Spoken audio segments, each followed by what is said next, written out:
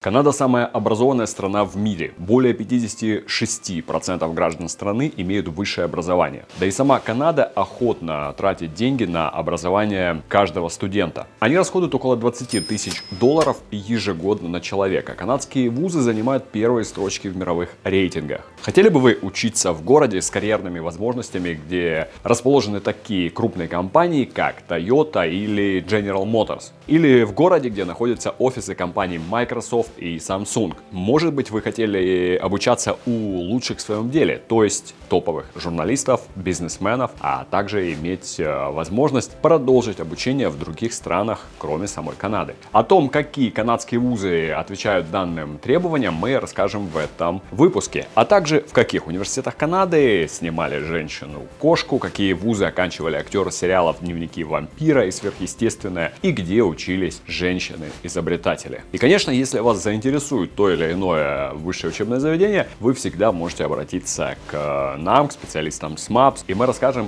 более детально, как оформить документы, поступить, и все эти полезные ссылочки будут в описании к данному ролику.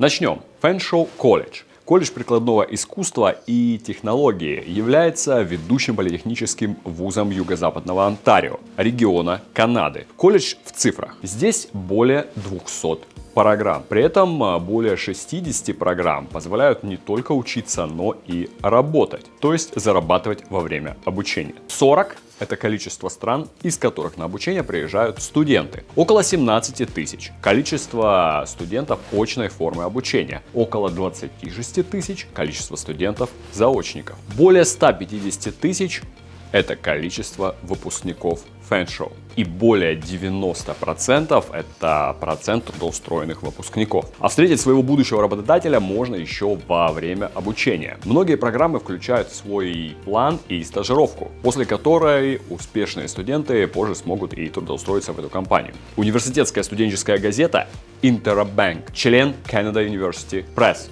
канадской университетской прессы, а радиостанция университета Фэншоу в волнах региона. Кампус находится в канадском городе Лондон и имеет на территории 20 зданий, которые включают также 3 студенческих резиденции. Кампус вуза в Лондоне, в канадском Лондоне, считают одним из самых крупных в Онтарио, называя его также городом в городе. Помимо помещений для учебы и проживания, здесь есть также рестораны, магазины, студенческие организации, салоны красоты и все, что необходимо для жизни в городе. Колледж помогает своим студентам не только с заселением в резиденцию, но и с поиском принимающей семьи или отдельного жилья. Специально для иностранных студентов здесь также есть возможность присоединиться к группе поддержки студентов вуза онлайн. Когда студент только начинает учебу в новом месте, новой стране и на другом языке, ему, конечно, могут потребоваться определенные советы при адаптации. Здесь же и расскажут, как устроена местная университетская система. Для этого с октября по декабрь проводятся встречи, на которых новоиспеченным студентам не только рассказывают о процессе обучения, но и просто знакомятся, общаются, оказывают любую поддержку, которая необходима на первых порах. Иностранные студенты также могут рассчитывать и на помощь с трансфером и заселением. Сотрудники вуза берут часть вопросов на себя, а потому любые тревоги при прилете будут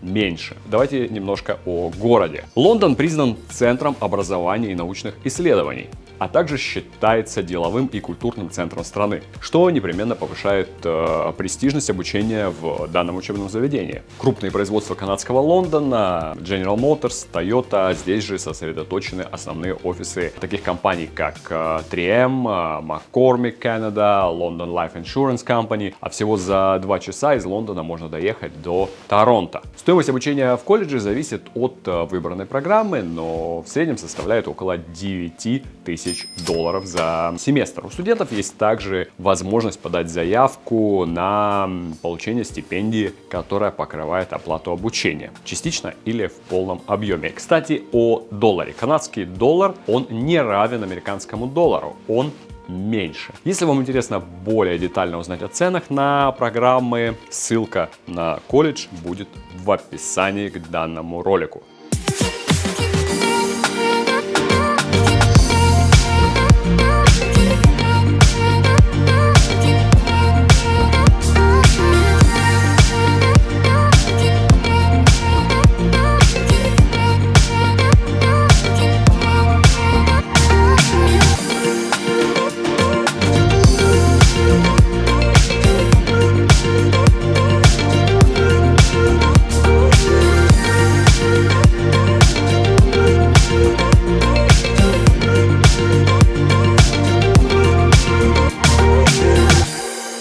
Дуглас колледж. Он основан в 1970 году. Является крупнейшим колледжем, предоставляющим дипломы в Британской Колумбии, Канаде. В нем обучается около 25 тысяч студентов ежегодно. Входит в топ-10 колледжей Канады. Сам же колледж располагает двумя крупными кампусами в Ванкувере, Нью-Вестминстер и Кокетлам, а также несколькими небольшими учебными центрами в Суррее, Бернаби и Мейпл-Ридже. Располагая обоими основными кампусами непосредственно на линиях наземного метро, Дуглас является одним из самых доступных учебных заведений в Ванкувере, привлекающим студентов со всего региона. Более 20 тысяч студентов обучается в колледже, из них около 3,5 тысяч иностранцев из 90 стран мира. Более 90% его выпускников находят работу в течение года после окончания учебы. Студенты также проходят оплачиваемую практику, которая дает им преимущество в поиске работы. Колледж сотрудничает с более чем 30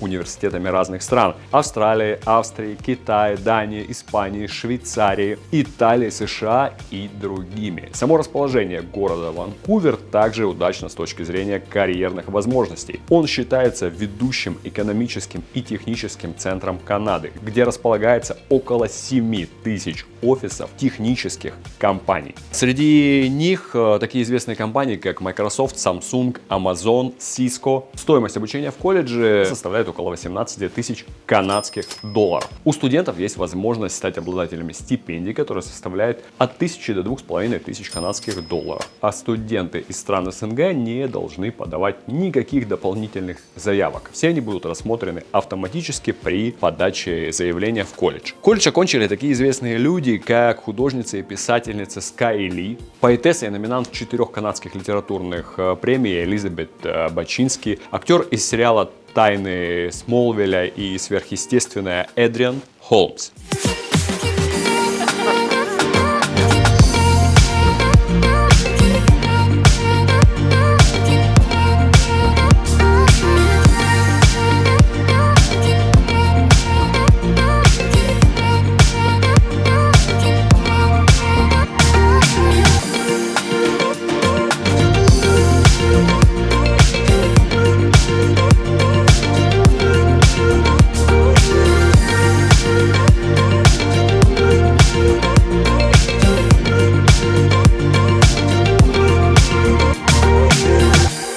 Третье выдающееся учебное заведение, о котором мы сегодня с вами поговорим, это Centennial College, старейший муниципальный колледж в канадской провинции Онтарио, в котором обучается более 12 тысяч студентов очно, из которых около 3000 иностранцы, и более 28 тысяч студентов на программах дистанционного образования. Это самый многонациональный вуз страны. Студенты представляют более 100 мировых государств и этнических групп и говорят более чем на 80 языках. Одна из отличительных особенностей учебного заведения – динамика и инновации. Занятия проводят не только профессора из преподавательского состава, но и приглашенные гости, специалисты из разных сфер: финансисты, предприниматели, журналисты, изобретатели. В колледже 9 основных факультетов, но особо сильная теоретическая подготовка ведется по естественным и гуманитарным наукам, а также по английскому языку. Да, это очень важный момент. Если у вас недостаточный уровень английского языка, вы можете здесь подготовиться.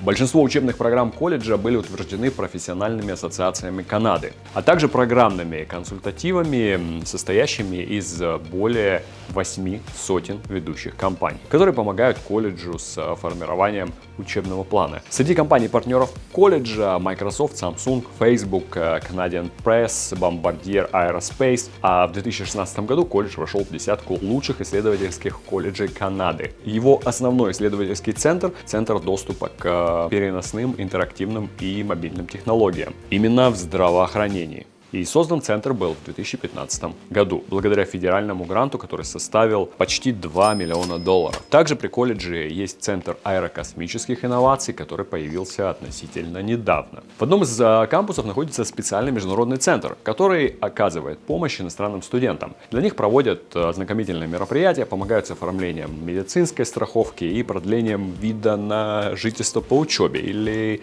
работе. Помогают также с поиском компаний для стажировки. ВУЗ сотрудничает с рядом престижных учебных заведений из разных стран, благодаря чему студенты могут продолжить свое образование по всему миру.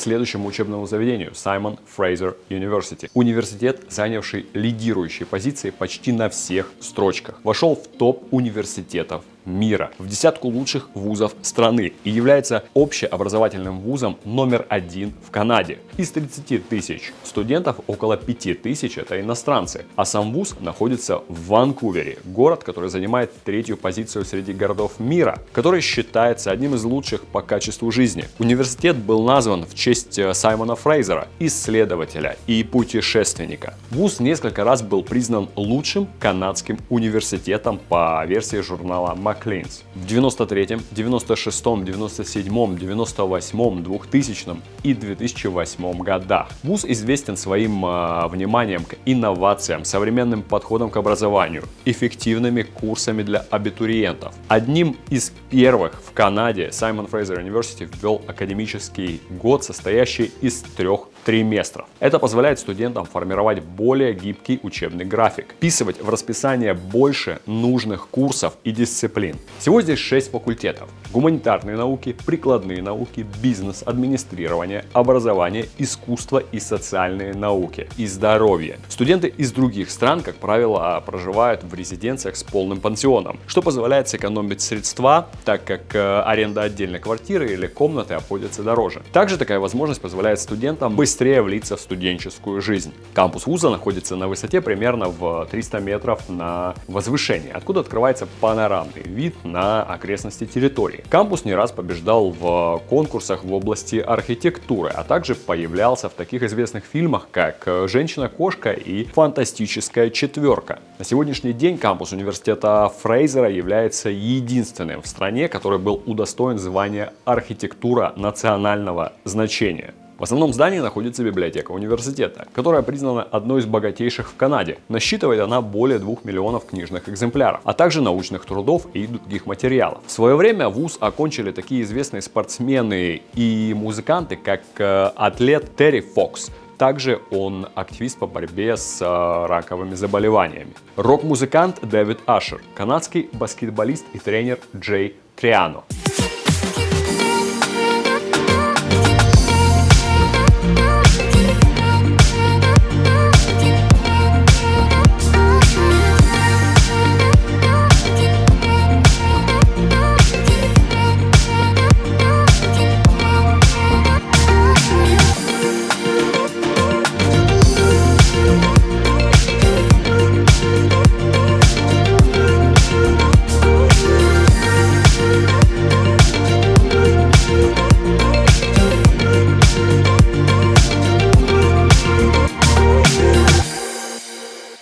Едем дальше, и номер 5.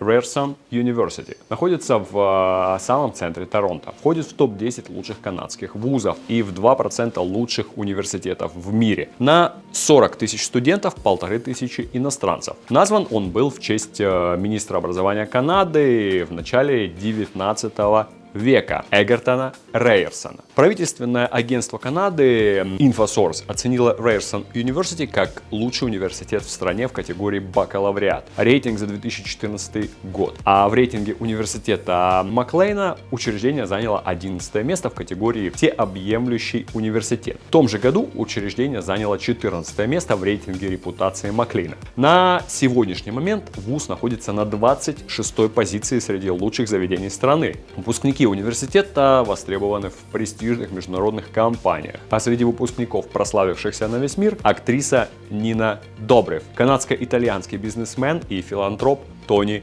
Гальяно, ведущий и метеоролог, поработавший на телевидении более 48 лет, Дэвид Девал и многие другие. Университет славится бизнес-инкубатором, который является лучшим в мире. Инкубатор DMZ. Существует уже более 10 лет, и благодаря ему было создано около 4000 рабочих мест в стране. Студенты и их стартапы получают финансирование под свои проекты, которое идет как от госструктур, так и от частных инвесторов, посещающих данную площадку и выбирающих лучшие проекты. Всего таких инкубаторов 10, и каждый отвечает за какую-то конкретную сферу. Есть здесь и фэшн-инкубатор, есть гринхаус, где выращивают овощи и фрукты прямо на территории вуза. Кстати, Кстати, совсем не обязательно создавать свой проект, чтобы поучаствовать в инкубаторе. Можно помочь однокурснику в развитии его проекта, использовать свои навыки в области маркетинга, менеджмента и так далее, что тоже позволяет отточить те или иные умения, которые пригодятся в будущей профессии.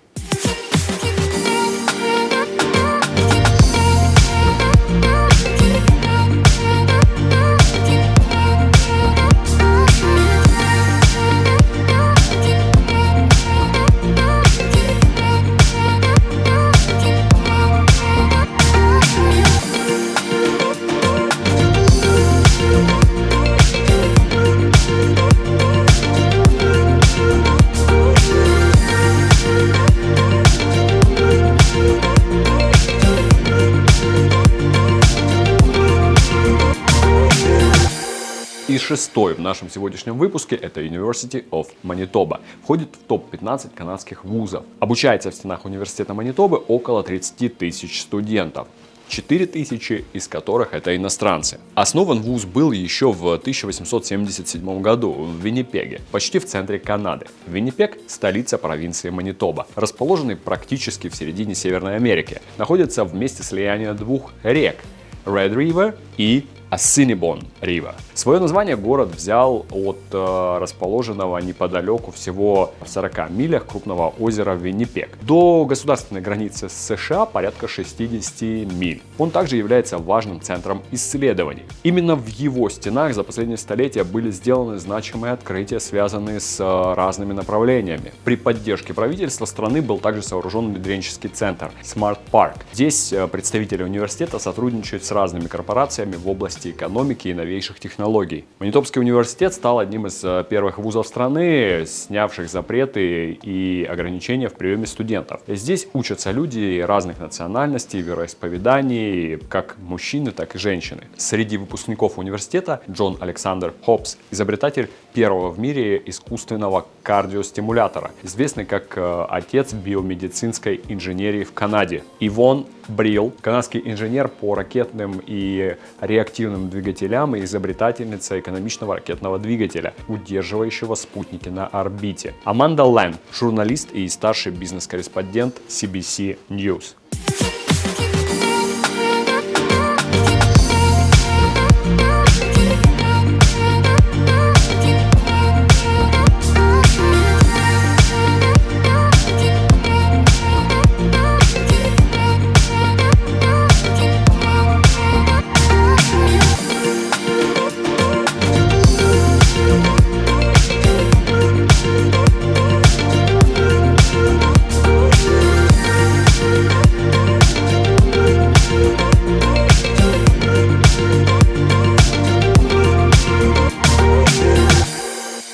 Если для вас было полезно данное видео, не забудьте поставить ему лайк, пишите в комментариях, о чем вам интересно узнать в дальнейших наших выпусках. Если вам необходимы какие-то дополнительные консультации или информация, мы ждем вас на нашем сайте www.smaps. Линки будут в описании к данному ролику. Там есть онлайн-чат, где вы всегда можете задать интересующие вас вопросы.